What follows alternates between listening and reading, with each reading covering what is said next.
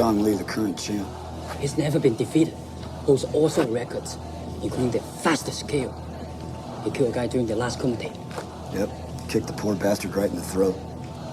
I died right there on the platform. Chong Li stood there and watched him die.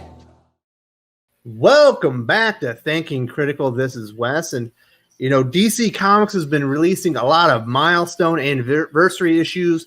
Started out with Action Comics 1000. We had Detective Comics 1000, Wonder Woman 750, Flash 750, and this week is the first of the 100-page super spectacular 80th anniversary issues for Robin.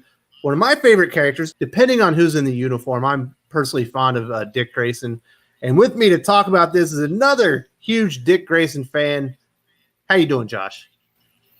I'm doing good. I'm a big fan of Robin in general, but Dick Grayson is my boy. But all of Bruce's boys are my favorite characters in comics, so I'm excited to talk about this 80th anniversary milestone issue. All right, so I have to be forthright. Generally speaking, I do not like anthologies. I don't even really like the concept because I feel like there's always varying degrees of goodness in there, and I get caught up like, why did I only get to read 10 pages of this good story and then they had 10 pages of this story that was sucked? I would rather just had more of the good stuff, and it bothers me. So generally speaking, I don't love anthologies. I thought Wonder Woman 750 was actually really good as far as anthologies go. The other milestones I haven't thought have been all that great, and this one squarely falls in that for me. What did you think of Robin 80, just overall, before we get into the stories? Just overall, I thought it was okay. I felt like some of the stories were rushed. Some of the stories tried to cram a little too much into it. It wasn't like a super easy, relax and sit down and read this kind of thing. It made me sit up and kind of like actually put a lot of effort into reading it to keep track of the stories and stuff. So I don't think it was as good as Action 1000 or Detective 1000, but I thought it was okay. Like I thought it was decent. There are definitely, don't get me wrong, there are some gems in this comic book that were absolutely brilliant and wonderful to read, but there's some stinkers in here too. We're going to concentrate, in the beginning on the good stuff, and we'll talk about some of the bad, odorous stories, but there are 10 stories in this. We're not going to be able to cover all of them. The first one I wanted to talk about was, one of the Dick Grayson stories. It was called A Little Nudge, written by Marv Wolfman, illustrated by Tom Grummett and Scott Hanna. I like this story, and yeah, for sure. It definitely felt like it was taken directly out of like maybe the 80s New Teen Titans or some of the early 90s Batman stuff, where they were really dealing with Dick Grayson, leaving the Robin mantle behind and becoming Nightwing. I feel like it was a really nice retelling of that story. Kind of like a mix of pre-crisis, post-crisis, because the pre-crisis and post-crisis versions of Grayson giving up the Robin costume and becoming Nightwing are drastically different. But it kind of felt like a nice merger of the two stories. It definitely showed that Marv Wolfman, even after all these years, the guy knows how to write Dick Grayson. So it's a couple heartfelt moments in the story, especially when, Bruce is like, he admits to himself, he would never admit it to Dick, but, he admits to himself that he has grown up and he's become, you're the best man I've ever known. You see Grayson making that choice to leave under his own will. Bruce isn't, firing him. Bruce isn't berating him or anything. When you're reading it, you can feel that tension with Grayson, where it's like, yep, it's time for me to leave, but Bruce really doesn't want him to leave, but he still does, because he wants him to go off and become his own hero, because like he said, he's the best man he ever knew. It's just a really heartfelt story. Like I said, really good balance and meeting point of pre-crisis, post-crisis Nightwing stuff. Just really well illustrated, the artwork, the colors, everything. It kind of felt like a story straight from the mid to late 80s to early 90s. Yeah, and it's really the only story in here where we get Batman's perspective really on one of his Robins, where he kind of thinks to himself, or you kind of see that character through his eyes, which I really appreciated. I kind of expected that more. I even thought maybe we would get a full story where it was a Batman story talking about as Robins or something like that. But this is really the only story where we get that perspective, and I really appreciated it. Kind of wish that Marv Wolfman maybe had done the Titan story, because I think that was flubbed pretty terribly by Devin Grayson. But he did a great job on this Dick Grayson story, and it's easily the best Dick Grayson story in this comic. In my opinion, there were three characters that really got great stories. I know you wanted to talk about a Tim Drake story, right? Yeah, the extra credit one. Yeah, I'd like to talk about that. So my favorite thing about this one is it's Freddie Williams II on art. I think he's brilliant. I loved his Batman TMNT stories. He's did the Injustice versus Masters of the Universe stories. I've always said I thought he should be the illustrator of the Nightwing series, and I completely stand by that after seeing this. The man was born to illustrate Robins. I love the visuals. I didn't like the story quite as much as you did, but it's a lot of fun.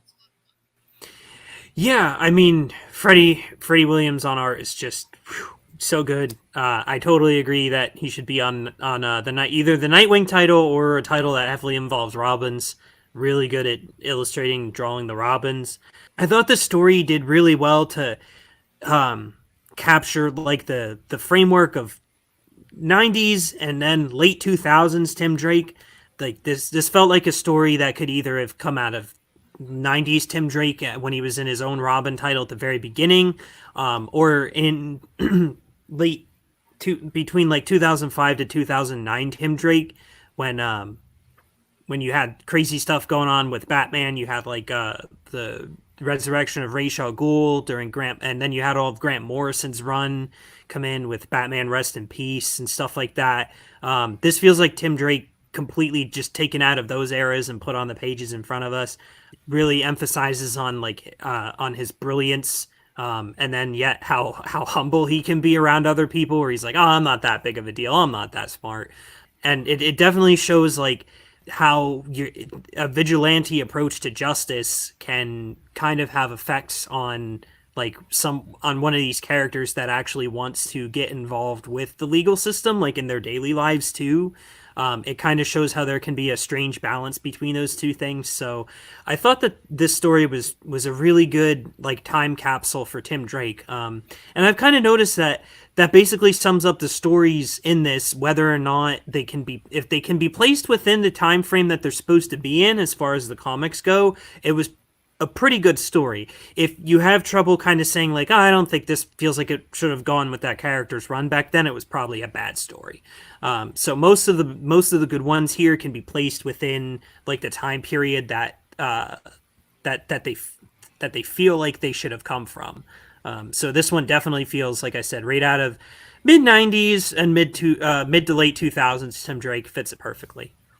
Now, there's one story that I think we both agree is the best in the entire comic, and it's not really even that close. It's called More Time. It's a Jason Todd story, the only Jason Todd story, and it's from Judd Winick and Dustin Nguyen, and I just thought this is phenomenal. When you're doing an anthology and there's 10 stories in a 100-page comic, you have a limited amount of time to tell your story. You can't get huge and complex, and I love the simplicity of the story. It's about Bruce Wayne's watch. When Jason Todd is a kid, he tries to fix it for Bruce Wayne and give it to him as a gift, but he hasn't quite figured it out yet. And then he finally gets to give it to him as an adult. And they're at odds with each other at that point. And I love this story. This is how anthology storytelling should be done when you're at a limited page count.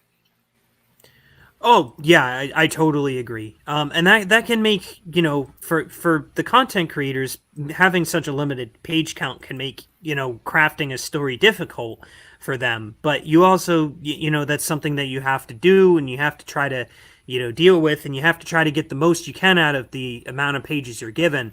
But you are definitely right that this was the best story out of all of the ones that were in here. And it doesn't really surprise me that it was the Jason Todd story that was the best one, because he just has such a multifaceted relationship with Batman.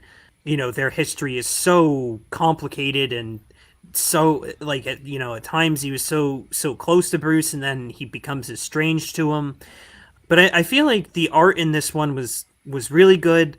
Like I said, this feels like it came straight out of the 2004-2005 era, when you had Under the Red Hood. for Batman, which is one of my all-time favorite Batman stories. It was really touching. You know, you had Judd Winick on writing, who wrote that story and crafted the resurrection of Jason Todd during that time, and shown that they haven't missed a beat. Still really good at writing. The simplicity of the story was amazing. That, you know, there wasn't a lot of action, that there wasn't, you know, beating up bad guys, there wasn't any kind of real big, you know, like villain or plot summary. The only two characters really involved in it were Batman and Jason Todd. And I just love that, you know, you have this watch that was Thomas Wayne's, and, you know, Bruce has it and it doesn't work anymore. And then, you know, Jason, as a child, he takes that time to try to fix it, you know, and he just kind of, you know, he's portrayed as like this little kid, and he's not matured yet, and he gives it to Bruce. And, you know, you can kind of see like that look on Jason's face of like, Bruce, you know, this is what normal people do. Like, you know, you are my dad, and I'm giving you a birthday present because it's your birthday, and that's what normal people do. And you can kind of see that Bruce doesn't necessarily know how to react.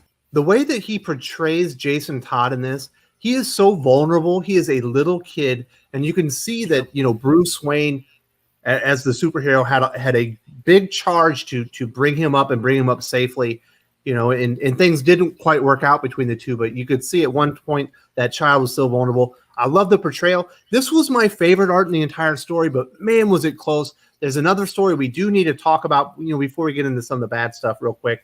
It's the Super Sons story, Peter J. Tomasi, Jorge Jimenez back together again. Probably the second best story in the entire book, if I'm being honest. Just brilliantly executed, in my opinion. The way the narration is done, it's Jonathan Kent writing up a paper for his school assignment, basically talking about his best friend and why they're best friends, and you're seeing scenes from their past. It wasn't just a callback of all their times together, but it also gave you some more information and why they're best friends and why he thinks they'll be friends forever. It's just heartbreaking that Super Sons will never come back full time. Yeah, seeing, you know, Tomasi and Jimenez back together on this is, it's like you know, you get that little treat of something that's going away. It's like, oh man, you know, just to see that brought back and knowing that the series is done, and, you know, we're not going to get that again anytime soon is really, it's like a blow. It's like a double-edged sword. It's like, man, this comic was so good, the few pages of it that we got, but you know, we don't have this coming out every month anymore. I thought it was a really nice touch to have like that. It almost played Jonathan Kent off as like a reporter when he was doing this, so I kind of felt like that was a nice homage to like him maybe following in both his parents' footsteps in journalism. You know, he kind of looked right in you know, his like little suit thing with his glasses on and stuff, and chewing on a pencil. Like, he definitely fit the look, you know, that his parents would have passed down to him with the journalism. But again, it kind of goes back to what I said, that this story feels like it could have come out of any Super Sons book, you know, when that title was being published and when it was one of the hottest commodities in all of comics. And that just speaks to something that, you know, Tomasi and Jimenez haven't lost a beat. They could still put these stories together. It feels like it came right out of that comic. And he got the characterizations of both Damian and John perfect, as they got the characterizations perfect. I just thought it was adorable that, to me, John Kent was the star of the story. Like, I just Absolutely. loved how like, you know, they had him in, he's what, like supposed to be 10 years old or whatever, and he's in like his little he's got like a suit on with like glasses on and his tie, and like he just looks like a mini Clark Kent, and he's, you know, writing and putting all this effort into it. He's definitely trying to follow in his parents' footsteps. But one of the most important things that Tomasi and Jimenez seem to remember about these two is that they're kids. Like, you know, at the end of the day, they might fight all these zany villains and stuff, but at the end of the day, they like to just relax and eat a cheeseburger on the side of a bridge together and laugh. Like, they like to have fun. They're kids. Like, you know, despite, you know, one being half Kryptonian and half human, and the other being the freaking son of Batman and the heir to the demon's head at the same time, they're still kids. Like, they like to have fun. It's just a great story. Just so perfect. It's so sad we don't have that book anymore. So I do want to talk about, there's three stories in this anthology that I thought were very poor. Two Dick Grayson stories, And the one story about Stephanie Brown I thought were very poor. Nightwing and the Titans from Devin Grayson, I did not like it at all. It was basically the look at the Titans and Dick Grayson through the eyes of the villains. Devin Grayson tried to stuff way too much in this very short story, and it was not a good read at all for me. This was one of the stories where when I was reading it, it felt like there was way too much smushed into, the page count that they had. I felt like the artwork was pretty good, but I just feel like the characterizations of like Maxwell Lord and stuff. No, that's the problem. I thought it was Maxwell Lord, but it was actually Damien Dark. So that was a big problem right there. It definitely did not feel like Damien Dark. It felt more like Maxwell Lord. They just kind of smushed Hive in there. Like this just seems really. It was just really stupid. Like it didn't work. It didn't bring any. Like it didn't bring me back to any era of the Titans, which I'm pretty sure the era of the Titans that this was supposed to be bringing me back to was the one that was, I believe, Judd Winick also wrote that, the comic that this is based on, but I'm not entirely sure. But yeah, it just felt like there was way too much crammed in here. There was dialogue all over the place, and it just seemed like the pacing was all off. It was moving way too fast. After I read that, I'm like, oh, it feels like I just tried to fit 10 pounds of crap in a 5-pound sack. That story was not good. I did like the artwork though. The artwork was pretty cool, but the writing and stuff was just bad. Yeah, the other Dick Grayson story I didn't like was Dick Grayson, Agent 37, The Lesson Plan from Tim Seeley and Tom King with Michael Yanin and art. I thought the art was actually pretty good, but this story makes it feel like Dick Grayson hates Bruce Wayne.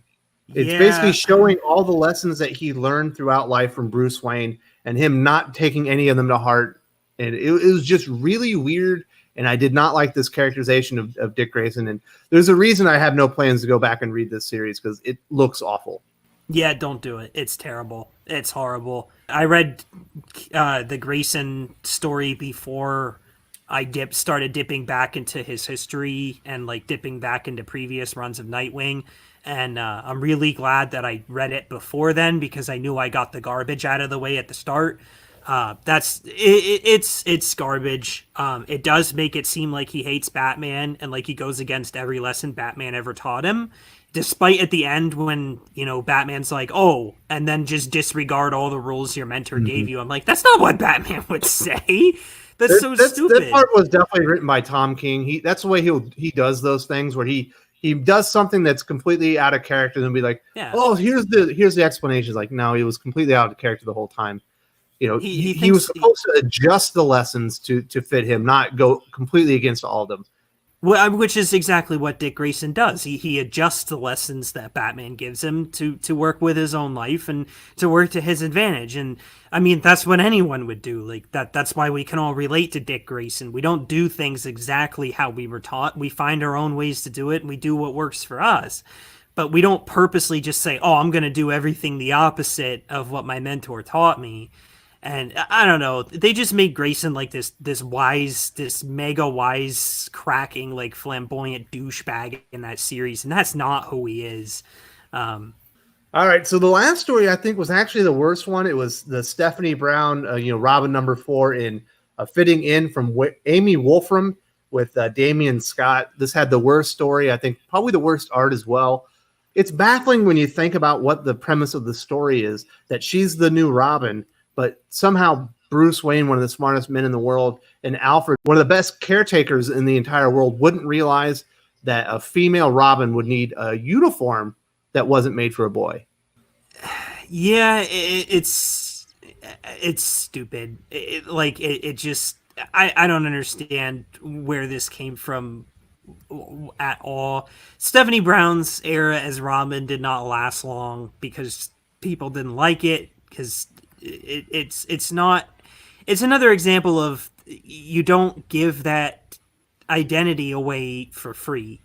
Stephanie Brown was her own hero in the spoiler, and that's where Stephanie Brown is best. You don't force her into the role of Robin, and the fact that Batman would just force her into a uniform that was worn by someone else and expect it to fit her.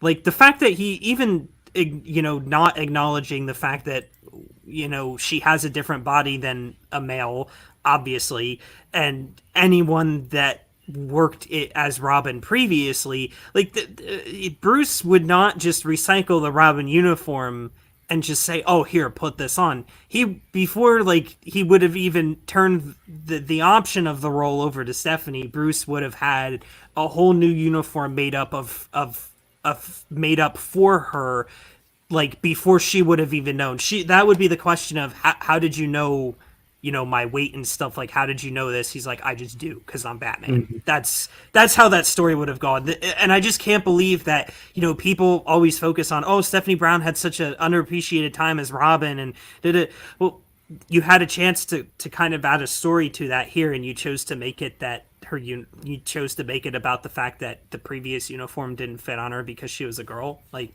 come on, that was stupid. We know girls have boobs. But so, in my estimation of the 10 stories, I would say 2 of them are excellent. 2 of them are really good. 3 pretty average stories that we didn't actually talk about, and then 3 poor stories. Basically, it's an anthology. Josh, I just want to say thank you very much for joining me. Is there one last thing you want to say about Robin before we sign off? I guess one of the things I kind of wanted to say is, and this is the Dick Grayson fanboy in me coming out. I'm kind of a little upset that we got so many different Robin related stories in this, because it's not technically Robin's anniversary, it's technically Dick Grayson's 80th anniversary, because the next character to inherit the Robin title did not come around until probably about 40, when Dick Grayson was already like 40 years in. So I'm a little upset that I feel like Grayson kind of got a little shafted in this, because it's not really supposed to be Robin's 80th. It's Dick Grayson's 80th. So I'm kind of sad that we didn't get like one for Robin and then one for Dick Grayson. It's the 80th anniversary of the character of Robin, but more so Dick Grayson. If you're going to say Robin's a mantle, this is actually the 80th anniversary of Dick Grayson as a character. So I was kind of I felt like he got the shaft a little bit, in that there's only so many stories about him, and they were all mainly about him as Nightwing. So that kind of irked me a little bit. All right, Josh, thank you so much for joining me. Really appreciate it. I'll talk to you later. Yeah, no problem. Thanks for having me on.